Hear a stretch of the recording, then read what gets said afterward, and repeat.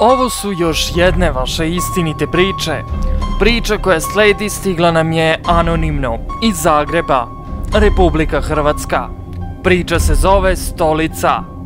Pre par godina, dok su bili letnji praznici, pozvao sam prijatelja na sleepover zato što sam bio sam u kući. Kada je on stigao, bilo je oko 21h, pa smo stavili natpis na stolicu: "Duhovi, ako ste ovde, pomaknite stolicu." Ostavili smo mi taj natpis i igrali igrice. Nekih 50 minuta kasnije ja sam krenuo na tuširanje, a moj prijatelj je ostao sam u sobi.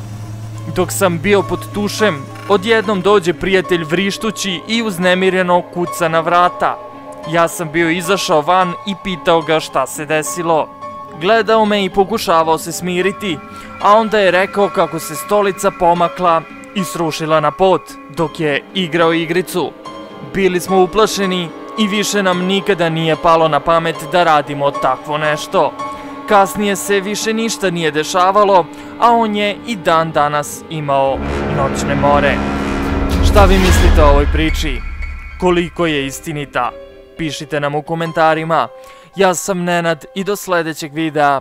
Srdečan pozdrav!